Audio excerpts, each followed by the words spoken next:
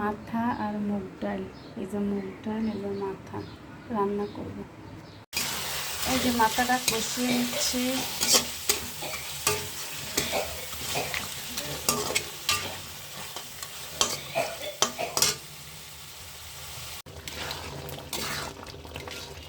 কষাই নিচ্ছি, এরপরে পানি দিয়ে দেবো। সব মশলাপাতি দিয়ে কষিয়ে নিয়েছি। রুই মাছের মাথা, মুগ ডাল সব মিলিয়ে সুন্দর করে কষিয়েছি। এখন এর মধ্যে পানি দিয়ে দেবো।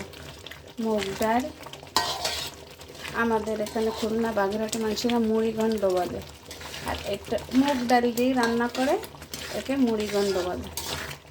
মুড়িঘণ্ট বলে, দুইবার বললাম। তো এই মুগ ডাল রান্না করছি, এর মধ্যে পানি দেবো। খেতে মজাই আছে, মজাই মজা। কে কে খাবে, সবার দাওয়াত থাকবে। হ্যাঁ,